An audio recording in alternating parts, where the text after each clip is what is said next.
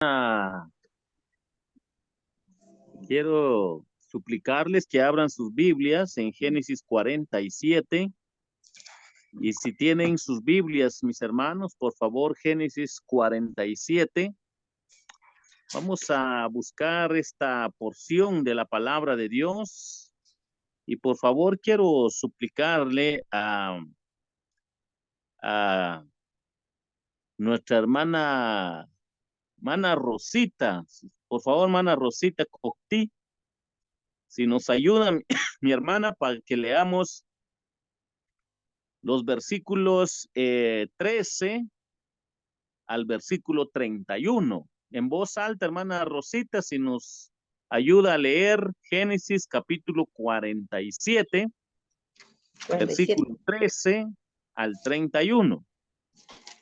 13 al 31.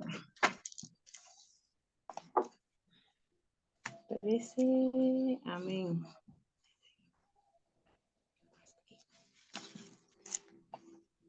La palabra del Señor dice así: no había pan en toda la tierra, y el hambre era muy grave, por lo que desfalleció de hambre la tierra de Egipto y la tierra de Canaán. Y escogió José todo el dinero que había en la tierra de Egipto y en la tierra de Canaán por los alimentos que al comprar, que al, perdón, que el del que de él compraban, y metió José el dinero en casa de Faraón. Acabado el dinero de la tierra de Egipto y de la tierra de Canaán, vino todo Egipto a José, diciendo: danos pan, porque moriremos delante de ti por haberse acabado el dinero. Y José dijo: dad vuestros ganados, y yo os daré por vuestros ganados si se ha acabado el dinero. Y ellos trajeron sus ganados a José, y José les dio alimentos por caballos y por el ganado y de las ovejas, y por el ganado de las vacas y por asnos, y les sustentó de pan por todos sus ganados aquel año.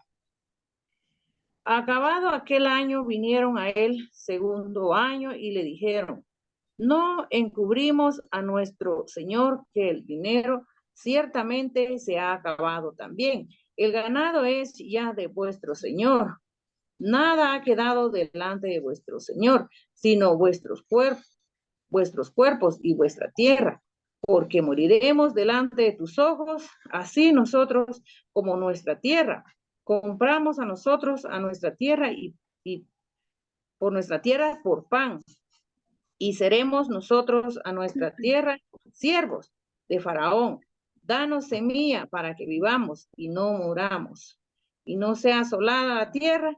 Entonces compró José toda la tierra de Egipto para Faraón, pues los egipcios vendieron a cada uno sus tierras, porque se agravó el hambre sobre ellos, y la tierra vino a ser de Faraón. Y al pueblo lo hizo pasar las ciudades desde un extremo al otro del territorio de Egipto. Solamente la tierra de los sacerdotes no compró, por cuanto los sacerdotes tenían ración de Faraón, y ellos comían la ración que Faraón les daba. Por eso no vendieron su tierra. Y José dijo al pueblo: he aquí os he comprado hoy a vosotros y vuestra tierra para Faraón: ved aquí semilla y traémela, y sembraréis la tierra. De los frutos daréis el quinto a Faraón, y las 4 partes serán vuestras para siembra, la tierra para vuestros mantenimientos de los que están en vuestras casas, y para que coman vuestros hijos. Y ellos respondieron: la vida nos lo has dado. Hallemos gracia en los ojos de vuestro Señor, y seamos siervos de Faraón. Entonces José lo puso por ley hasta hoy sobre la tierra de Egipto, señalando para Faraón el quinto, excepto solo la tierra de los sacerdotes, que no fue de Faraón. Así habitó Israel en la tierra de Egipto, en la tierra de Gosén, y tomaron posesión de ella, y se aumentaron y se multiplicaron en gran manera. Y vivió Jacob en la tierra de Egipto 17 años, y fueron los días de Jacob, los años de su vida, 147 años. Llegaron los días de Israel para morir, y llamó a José su hijo y le dijo: si he hallado ahora gracia en tus ojos, te ruego que pongas tu mano debajo de mi muslo y harás conmigo misericordia y verdad. Te ruego que no me entierres en Egipto, mas cuando duerma con mis padres, me llevarás de Egipto y me sepultarás en el sepulcro de ellos. Y José respondió: haré como tú dices. E Israel dijo: jurádmelo. Y José le juró. Entonces Israel se inclinó sobre la cabeza de la cama. Amén, hermano.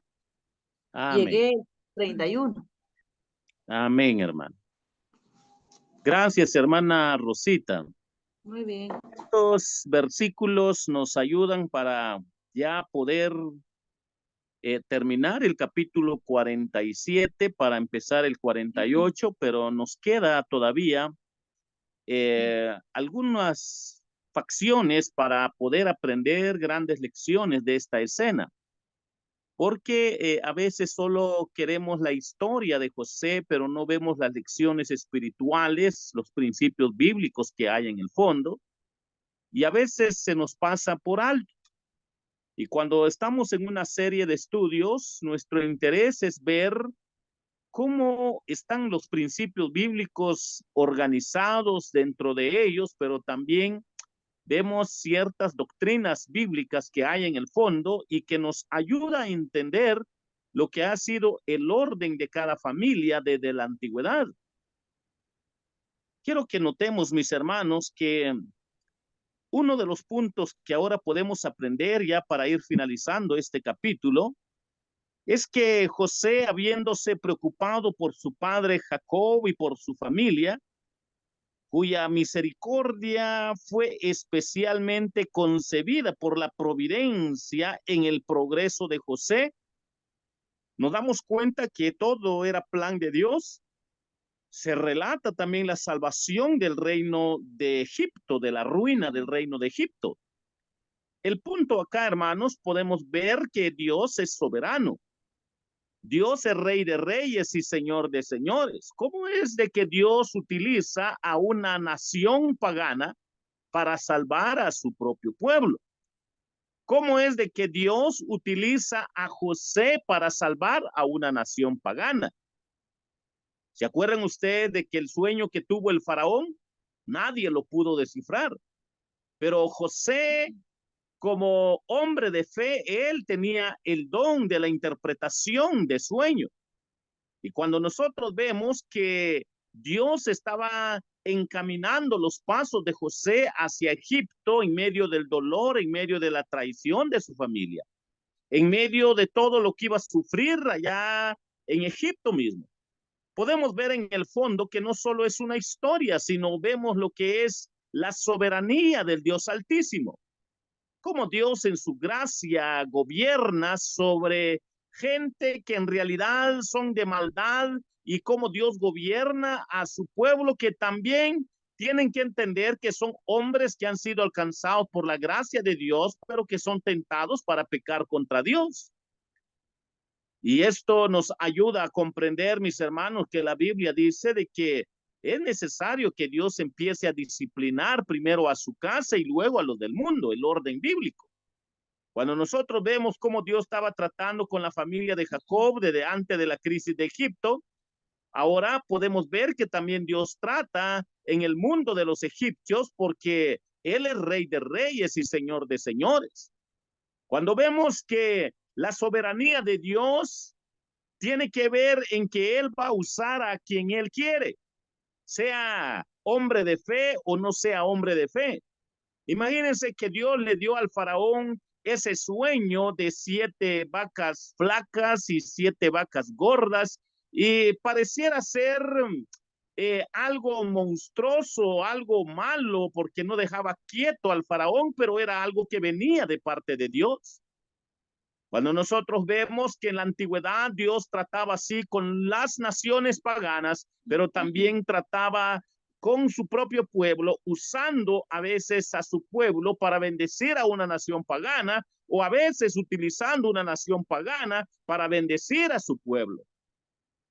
Pero tenemos que entender que la diferencia es que para un grupo es para que Dios sea glorificado, para que gocen de vida eterna. Para el otro grupo también es para que Dios sea glorificado, pero no para que gocen de vida eterna, sino que dando Dios todo de su gracia y de misericordia al mundo perdido, ni aún así no se conviertan al Dios Altísimo. Porque sus corazones son duros, porque sus corazones, tristemente, como lo dice la Biblia, solo está lleno de iniquidad, de maldad. Entonces, cuando vemos acá cómo Dios usa a José para salvar a Egipto, cómo Dios usa a Egipto con su territorio por medio de la providencia de Dios mismo, como salva a su pueblo, vemos lo que es la soberanía de Dios. Esto nos hace recordar, mis hermanos, que también un pasaje bíblico nos hace recordar que cuando fue llevado cautivo su pueblo hacia Babilonia por sus delitos, por sus pecados, Dios disciplinó a su pueblo que destruyeran la ciudad y que fueran llevados esclavos. Los judíos que sobrevivieron fueron llevados en esclavitud para Babilonia. Vemos que años después dice la palabra de Dios que uno de los líderes políticos de los reyes de Babilonia también se levantó para que fueran a construir, para que fueran a reconstruir la ciudad de su propio pueblo que años atrás había sido quemado e invadido por este rey babilónico. Entonces, cuando vemos, hermanos, que Dios usa a los gobernantes para disciplinar a su pueblo, Dios es Rey de reyes y Señor de señores, porque Él es soberano, nos ayuda a comprender que este orden es el mismo orden que Dios sigue tratando con el pueblo de fe, porque cada gobernante que llega hacia cada nación, muchas veces más allá de nuestra comprensión, va con un propósito disciplinario para que el pueblo de Dios reaccione y pueda de manera tan especial darse cuenta de la misericordia y de la gracia de Dios, que en medio del dolor Dios va a tener que glorificarse a través de su pueblo para que esa fe luzca para gloria y honra de Dios Padre. Entonces, cuando vemos los versículos 13 al 26 y llegando al 31, podemos ver este otro punto sobre lo que es el gobierno de Dios, la soberanía de Dios en medio de su pueblo, en medio de las naciones paganas, para que veamos que Él siempre trae salvación, trae esperanza, trae el mensaje del evangelio, el mensaje de redención, de justificación, el mensaje de fe, el mensaje de que siempre lleva la luz donde está la tiniebla, para que nosotros veamos que es lo mismo que está sucediendo acá en Egipto con la vida de José, la vida de su padre, la vida de sus hermanos. Había solo una luz de fe ahí en todo Egipto, pero que ahora llegan sus hermanos. Es posible que algunos ya se habían hecho ya a la fe del propio José, porque José claramente nunca se avergonzó de su fe, del Dios Altísimo, del Dios de su padre ante el faraón, ante los líderes políticos allá en Egipto, y los egipcios sabían que él no era de la religión de ellos. Es posible que más de alguno de los egipcios ya había sido, en cierta forma, podemos decirle, evangelizado, ya había testificado José que la fe, la creencia de José era diferente que el de los egipcios. Cuando vemos que él ya se había casado con una egipcia, sus hijos, vemos los que trabajaban con él, la fe fuerte de él, pues de alguna manera había impactado ya en algunos egipcios, pero vemos que por regla general los egipcios no querían nada de Dios, a pesar de que Dios le estaba demostrando su misericordia y de su gracia para que no muriesen de hambre. Entonces Dios Tal y como dice la Biblia, en su forma de gobierno hace llover sobre justos e injustos. Dios trata con cada nación, con cada familia de fe, de acuerdo a su soberanía, a su gracia, para que nosotros podamos ver que la gloria de Dios siempre se va a manifestar en la vida de aquellos quienes son hombres de fe, para que Él sea glorificado, como pasó con José, Jacob y su familia, que ahora llegan en Egipto. Pero podemos ver un poco más, hermanos, al ver esta parte. Podemos ver, hermanos, de que la gente estaba ya para morir, no había pan, la gente estaba a punto de quedarse sin vida, todos los ciudadanos egipcios. Hermanos, cuando dependamos de la providencia de Dios, las cosas se hacen más fáciles cuando es por fe. Cuando dependamos de la providencia del hombre sin ver a Dios, siempre es una tentación, porque el hombre, pues aunque sacie algo de su cuerpo físico, va a llegar el momento en que tiene que encarar la muerte. Podemos ver que los egipcios solo estaban viendo la provisión de José. Podemos ver que ellos estaban enfatizando no solo la provisión de José, sino preocupados por los deleites de este mundo, en que si había lo básico para vivir mientras que pasaba la crisis, ellos estaban felices y no se preocupaban para ver qué podía pasar en el futuro o si algo les pasaba a ellos con algo de provisión. Ya no tenían oro ni tenían plata que dar, pues empezaron a dar de sus tierras, de su trabajo, fueron esclavos, pero siempre cegados con la provisión del mundo temporal, del mundo que realmente ciega a los seres humanos, donde el hombre que no es de fe cree que la solución está en un rey, en un político, en una nación, en algún faraón. Y esto es lo que estaba pasando con los egipcios. Estaban siendo racionados para que no muriesen de hambre, pero no, ellos no eran prevenidos para ver de que en realidad algo podía suceder si ellos no eran prudentes para tomar decisiones. Vendieron todo al faraón y lo cierto es que el punto aquí es que ellos no murieron físicamente, no murieron por esta gran crisis de hambruna que había por los años que había ya dicho José. Pero algo hay de cierto acá, hermanos, que estas experiencias tarde o temprano tienen su fin. No había pan y si la gente estaba a punto de morir, y si la gente no aprende a depender de la providencia de Dios, de todos modos está muerto, aunque esté vivo físicamente, espiritualmente está muerto. Toda nuestra riqueza no nos libraría de pasar hambre si no lloviera por 2 o 3 años. Cuando nosotros notamos aquí hasta qué punto estamos a merced de Dios y mantengámonos siempre en su amor, es donde marca la diferencia para el hombre de fe y para los hombres que no son de fe.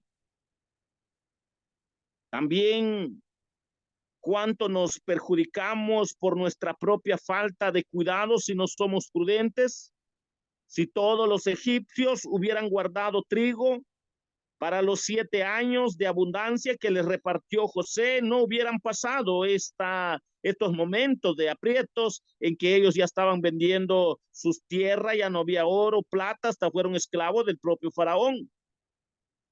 Pero no consideraron la advertencia. Estaban contentos con las migajas que siempre da el mundo y que solo tiene un sustento temporal. La plata, el oro no los iban a alimentar toda la vida. Ellos debían tener trigo, hablando humanamente. Espiritualmente, aunque estaban vivos físicamente, ellos ya estaban muertos. Todo lo que el hombre tenga lo dará por su vida. Esto fue lo que pasó acá. Cuando el hombre ya ve la muerte, puede dar todo, todo, todo, hasta quedarse sin nada.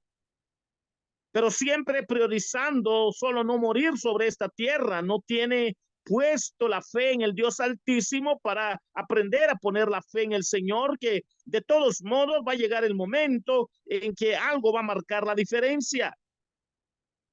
No podemos juzgar esto según las reglas modernas en lo que pasó hace miles de años. Es claro que los egipcios consideraron a José como benefactor público. El todo es coherente con el carácter de José. Qué actitud con temor de Dios entre el faraón y sus súbditos. Los egipcios confesaron de manera clara, tocante a José, el testimonio de ellos que brotaba de su corazón. Los egipcios claramente decían, nos ha salvado la vida. Esto era el testimonio de los egipcios, nos ha salvado la vida, pero solo una vida temporal, una vida de migaja, una vida solo por no querer morir antes de tiempo. Este es el problema de los humanos, que quieren solucionar sus problemas solo para no morir de hambre. Mis hermanos, cuando nosotros vemos el testimonio de ellos, según de los egipcios, José nos ha salvado la vida. ¿Qué le dirán a Jesús las multitudes de diferentes generaciones? Agradecidas en el día postrero serán sus corazones delante de Jesús. Este Jesús que da el pan celestial, el pan de vida eterna. Este Jesús que marca la diferencia, que él da un pan no igual que el de José, que aunque él utilizó a José para que la gente no muriese de hambre y también su propio pueblo, pero solo es para llevarnos a la esencia de que Jesús es el maná del cielo, es el pan del cielo. Que Jesucristo es el que en realidad sacia el alma del hombre, y si sacia el alma del hombre por la fe en él, entonces el hombre no va a morir. Todo el mundo estaba preocupado solo por no morir sobre la faz de la tierra, porque había hambre o había peste o había esto, lo otro. Es lo mismo que vivimos en nuestras generaciones. Acabamos de pasar una peste con el COVID, y cuando nosotros vemos esto, la gente le tiene más temor a la muerte que a Dios. La gente le tiene más temor a la enfermedad que a Dios. Y esto es lo que pasó aquí con el faraón, lo mismo que el corazón de la humanidad tristemente es un corazón de piedra, un corazón que no agrada a Dios.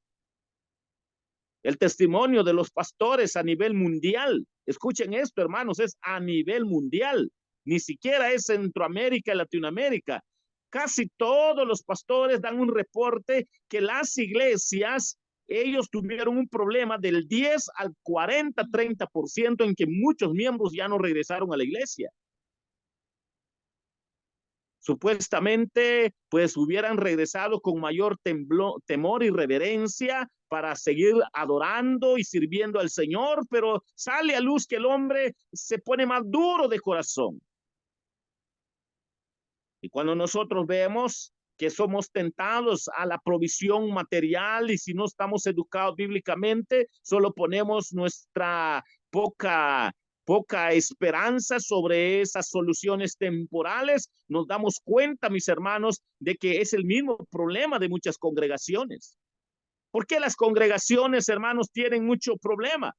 Porque las denominaciones, las organizaciones evangélicas siempre están trabajando con programas, con comida, con estrategias para llenar templos, con eventos, para llevar músicos, llevar cantantes, llenar estadios, llenar templos, que haya pan, que haya tamal, que haya pastel, que haya almuerzo. Pero dense en cuenta que de la palabra de Dios, por regla general, el propio pueblo cristiano evangélico no le interesa. Cuando tiene que ver con la enseñanza bíblica, no le interesa. ¿Por qué no le interesa? Porque sale a luz lo que es su corazón tan duro, su corazón de piedra, su corazón que es débil o carnal, o su corazón que se ha apartado de Dios, hablando del propio pueblo de Dios que ya conoce a Jesucristo. Tristemente los pastores están contentos porque su templo está lleno, pero no se ponen tristes que estos no tienen hambre de la palabra de Dios. El mismo problema que ha tenido el mundo en la antigüedad siguen siendo los mismos problemas al ver los movimientos evangélicos. Yo doy testimonio de eso, hermanos, porque he predicado en eventos de miles de personas y llenan canchas, llenan estadio y se ve bonito la gente porque hay una meditación bíblica de 15 a 20 minutos y el concierto tarda 2, 3 horas, 4 horas y la gente paga 500, 800, 300, 1000 por concierto. Pero dígeles que va a haber una conferencia bíblica de un día o de mediodía o de 2, 3 horas. Ni regalado lo quieren. Y mucho de esto culpan los pastores, porque son pastores raquíticos que creen que ser exitoso en un ministerio es tener lleno un templo. Claro que deseamos que la gente se convierta, claro que deseamos que el templo se llene, pero en el orden correcto, que la gente ame la palabra de Dios, que la gente busque la palabra de Dios, que la gente se alimente de la palabra de Dios, que la gente oiga de la palabra de Dios, que la gente ame los mandamientos de Dios, que la gente obedezca los mandamientos de Dios. Cuando eso es la prioridad en un ministerio, como dicen los muchachos, otro gallo canta, porque sale a luz que la estabilidad de vida espiritual es más sincera, es más correcto, está más apegado al corazón de Dios, al corazón de su palabra. Y hermanos, seguimos teniendo los mismos problemas, los mismísimos problemas. Estaba viendo un programa que un pastor estaba dando una estadística hace unos días, donde hicieron ciertos conciertos con nombres fuertes de ciertos cristianos y los vistas así en programa, en todo eso que se tiene en Face, en YouTube, en todas esas plataformas que hay. Son miles y miles, hasta millones hay en vistas. Pero hicieron una comparación con los hombres que han estado en plataforma en diferentes redes sociales y si mucho llegan 100,000, 50,000, 80,000, 200,000, 300,000, eso es lo muchísimo. Seguimos teniendo los mismos problemas. La gente le gusta el emocionalismo, el sensacionalismo, buscar lo temporal que aparentemente llena su alma, pero que en realidad solo es un raquitismo, un disfraz que hay en la vida de los creyentes que no aman y no quieren oír la palabra de Dios, no quieren ser enseñados por la palabra de Dios. Y mis hermanos, Jesús que da el pan que no perece, Jesús que da el maná del cielo, Jesús que da el pan de vida, marca la diferencia para que podamos notar que la gracia de Dios desde la antigüedad, pues el Señor estaba dando todo lo que era de edificación para el mundo, para que vieran la gloria de Dios en el mundo, para que pudieran tener fe en el Dios Altísimo, en el orden correcto, más que por una solución temporal de hambre, pero la humanidad no reaccionaba. La humanidad, tristemente, siempre es tentado por lo superficial. Y pasando ya esta escena, viendo la soberanía de Dios, la gracia de Dios, la misericordia de Dios, el maná del Dios Altísimo, como pan eterno para todas las generaciones, como Dios soberano, podemos ver, hermanos, que estas son las lecciones que también hay de fondo acá en este pasaje de la palabra de Dios. Tristemente, nuestros programas se están llenando de motivaciones, de mucha comida, de mucho movimiento para tocar emociones y para que el hombre se sienta contento. Está haciendo mucho daño a muchas congregaciones, porque en lugar de volver a Dios, tarde o temprano, por no oír la palabra de Dios, vuelven a las fábulas, a los cuentos, a las mentiras de los hombres, a las falacias, media verdad, media mentira, a las religiones falsas. Ahora tenemos que ver lo que presenta este otro cuadro, versículo 27 al versículo 31. Noten que el versículo 27 al 31 nos ayuda a ver este otro enfoque pasando ya estos versículos que se mencionan. Finalmente llega el tiempo en que Israel debía de morir. Notemos esto. El príncipe de Dios, notemos, hermanos, tuvo poder sobre el ángel y prevaleció. ¿Se acuerdan ustedes cuando Jacob peleó con el ángel y le ganó al ángel, de acuerdo a lo que está escrito en la Biblia? Para que pudiera salir, vivir en victoria con todas las amenazas que tenía de parte de su hermano Esaú. Si ustedes se acuerdan de Jacob y Esaú, venció al ángel. Y podemos ver, hermanos, de que este mismo Jacob, para no morir de hambre, también tuvo que recibir pan de su propio hijo José. Y también tuvo que recibir ahora el pan de los egipcios para no morir de hambre. Pero algo era seguro para él, dar testimonio que tenía que morir y que él era peregrino sobre esta tierra.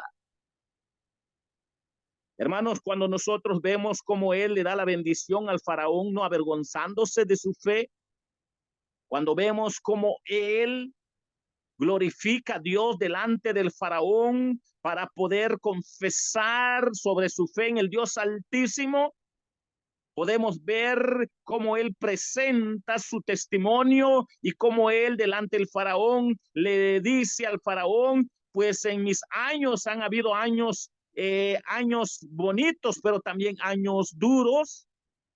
También nos enfoca la palabra de Dios de que al dar testimonio delante del faraón, siempre él está enfatizando al faraón que mi hogar, mi gozo no está sobre esta tierra.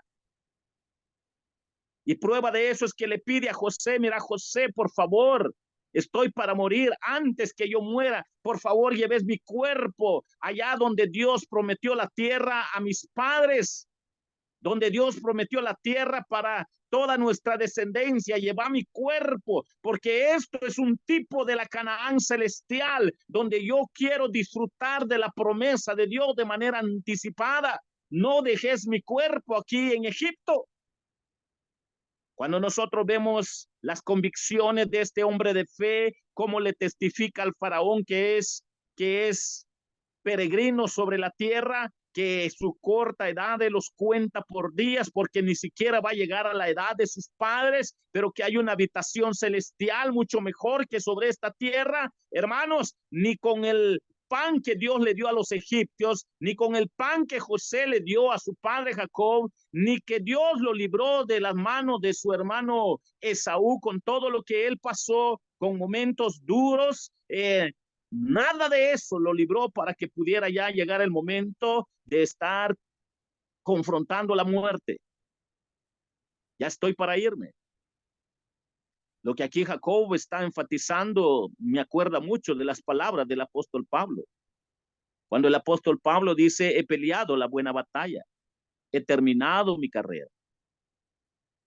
Me acuerdo mucho cómo él da testimonio delante del faraón y sus últimos años, de acuerdo a lo que tenemos aquí en el pasaje, son, ¿qué? 17 años, algo así, o 20 algo, que todavía vivió en Egipto, y que Dios le anticipa que su hijo José le iba a cerrar los ojos y que no se preocupara. Cuando nosotros vemos la fe de este hombre, cómo él enfatiza que el hombre sobre esta tierra no es nada. Hermano, querer tener el cielo sobre esta tierra sin dolor, sin sufrimiento, es falta de fe. pero comprendiendo que nuestra vida sobre esta tierra que está contaminado con el pecado, que nuestro propio corazón, nuestro propio ser pelea contra lo que es la voluntad de Dios, sabiendo que nuestro crecimiento está en esa realidad, nosotros podemos notar, hermanos, que solo la fe en Cristo nos sale a enseñarnos a nosotros que somos victoriosos por la fe en Cristo. Entonces la palabra del Señor nos está recordando, hermanos, que aunque Jacob murió gradualmente, podemos ver que su vela se fue quemando paulatinamente hasta el cabo, de modo que viera acercarse el tiempo de su muerte. Ventajoso es ver que la muerte se acerca antes que lo sintamos, para ser impulsados a hacer con todas nuestras fuerzas. Pero tenemos que entender, hermanos, lo que nuestras manos encuentren para hacer. Sin embargo, la muerte no está lejos de ninguno de nosotros. Al ver que se acercaba su día, la preocupación de Jacob era su entierro, no la pompa de este mundo. En todo la sepultura que pueden dar en los mejores experiencias o escenarios que dan muerte a los grandes líderes políticos o reyes, y que les dan una caravana o una ceremonia grande para poder ver que fue alguien importante sobre la tierra. Pero la fe de este Jacob no iba con ese propósito, no iba con la pompa, porque él estaba viendo la tierra prometida, que él quería que ese fuera su gozo. Su pompa no quería que fuera acá sobre la tierra, sino fuera en la tierra prometida. Y cuando nosotros vemos, hermanos, que hasta en esto tenemos problemas nosotros, queremos que nos entierren en el mejor sepelio o en el mejor cementerio, buscamos los lugares más finos para que nuestro nombre quede bonito. Y cuando nosotros recordamos al Señor Jesucristo, que no tuvo lugar ni siquiera donde ser sepultado. Sin embargo, fue enterrado en un lugar donde se sepultaban hombres ricos. Y la lección es que lo que está pasando aquí con Jacob, al igual que con Jesús, es solo para hacernos resaltar que hay una vida mucho mejor después de la muerte. Y tenemos que aprender, hermanos, a prepararnos para que Dios haga con nosotros lo que quiere hacer mientras que estamos sobre la tierra, pero que puede llegar el momento en que quizás partamos en el momento menos esperado y nos vayamos. Para la muerte no hay edad. Quisiéramos morir como Jacob, como Abraham, como Isaac, como otros hombres que lograron llegar a 100, 80, 90, 110, 120, él llegó casi 150, pero ya no es la realidad. Y hermanos, cuando nosotros le damos prioridad a los entierros que se dan sobre esta tierra y no a nuestra fe en la Canaán celestial, como lo fue el testimonio de este Jacob: peregrino soy, yo quiero estar en mi Canaán, allá donde Dios me hizo la promesa, porque es tipo de la Canaán celestial. Quiero gozarme de manera figurada de lo que ya Dios ha prometido anticipadamente. Le pide a su hijo José: por favor, no dejen mi cuerpo acá en Egipto. Pareciera algo insignificante, pero solo estaba enfatizando la esencia de su fe creyente en el Dios Altísimo, para que nosotros no seamos tentados, que si no tenemos un lugar de sepultura muy fina con gente adinerada, pues nos sentimos tan apachurrados porque no quedamos en un lugar tan hermoso. Esa es la tentación de la humanidad. Aquel que está puesto su fe en Cristo. Si pudiéramos nosotros ver la historia del mundo cristiano en el primer siglo, segundo y tercer siglo, hasta el cuarto siglo más o menos, tercero al cuarto, podemos ver que muchos fueron quemados, decapitados, sus cuerpos lanzados a los perros, a los animales, despedazados. No tuvieron la oportunidad de muchos cristianos de estar pensando en una sepultura de lujo para que mis hijos me recuerden o para que la familia me recuerde. No, ellos estaban priorizando su fe. Sabían que el ser discípulo de Cristo en los primeros siglos era asunto de vida o de muerte. Y esto es solo para hacernos recordar que la muerte puede llegar en cualquier forma, puede llegar en cualquier momento. Quisiéramos llegar a la edad de Jacob, pero no la realidad. Y Jacob estaba viendo a sus antepasados. Yo soy corto en edad a comparación de mis padres, pero ya estoy listo. Y nosotros también podemos decir, bueno, también, como le digo yo a mis hijas, ya pasamos de 50, es nada más de prepararse, porque si no nos vamos por una, nos vamos por otra. Y es mejor dar testimonio de nuestra fe, predicar la palabra, enseñar la palabra, predicar doctrina, predicar principios bíblicos, para que no estemos creyendo cosas que no edifican la vida espiritual, que no fortalecen el alma de manera correcta. Aunque muchos pastores, iglesias son tentados a lo superficial, a lo supersticioso, evitemos las cosas que no edifican. Aprendamos de Jacob, que era consistente, era sólido en su fe, en esa Canaán celestial, para que Dios sea glorificado en nuestra vida.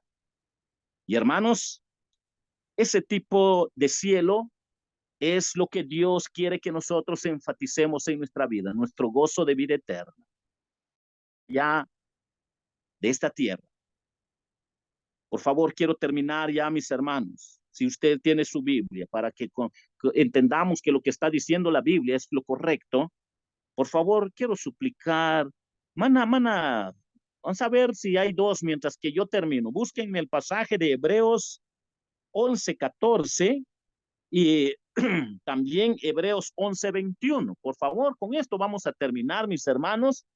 Hebreos 11:14 y Hebreos 11:21, para darnos cuenta qué es lo que estaba sucediendo con toda esta escena que está dando testimonio Jacob delante del faraón.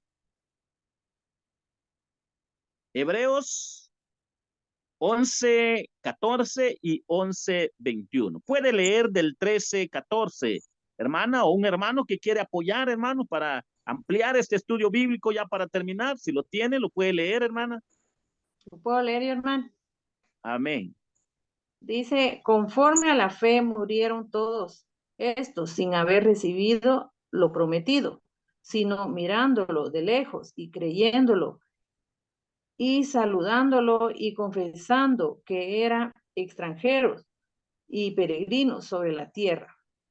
Porque los que estos dicen claramente dan a entender que buscan una patria. Hebreos 11:14, 13 y 14. Amén. ¿Se dan cuenta, hermanos? ¿Se dan cuenta cómo lo explica el Nuevo Testamento, la fe de Jacob? Y para terminar, por favor, hermana, si me lee Hebreos 11:21, para terminar, hermana Rosita. 11:21. El 21 dice, por la fe, Jacob al morir bendijo a cada uno de los hijos de José y adoró apoyando sobre el extremo de su bordón. Por la fe murió Jacob, bendiciendo a sus hijos, apoyándose en el extremo de su bordón, en la cabecera. Miren, hermanos, qué manera de vivir los últimos años, adorando y testificando a Dios, glorificando al Todopoderoso. Qué manera de terminar los días hermosos. Hermanos, cuando vemos que por la fe vivieron ellos, creyendo lo que Dios les había prometido, es lo mismo que nos espera a nosotros. Por eso, hermanos, enfaticemos lo eterno. Aquí sobre la tierra solo somos peregrinos. Pero cuando nuestra fe esté en lo celestial, en lo eterno, hermanos, aquí ya sea duro sobre la tierra o medio duro, con mucho dolor o sin dolor, o con un poco de dolor y un poco de bondad en relación a la vida, debemos de glorificar al Señor. Debemos de darle gloria al Señor. Debemos de enfatizar lo eterno, que Él es el soberano, que Él gobierna las naciones, gobierna las familias, gobierna cada cristiano, para que entendamos que hasta el día de hoy el Señor sigue hablándonos a través de su palabra, pero con la responsabilidad de predicar lo que es la enseñanza bíblica, la sana doctrina, las creencias que están de acuerdo a las Escrituras. Cuando nosotros amemos su palabra y volvamos a los mandamientos de Dios, hermanos, entonces ya no de fácil nos van a engañar, como algunos han sido engañados, creyendo en algo de religiosidad, pero no está en el orden bíblico. Regresemos a la palabra de Dios, porque Él es Dios soberano, que nos ama, que nos imparte justicia, que nos da de su gracia y que espera que nosotros muramos nuestros días con esa confianza que el Señor nos ha preparado un mejor lugar y que Él retorna por su pueblo. Que el Señor les bendiga, hermano.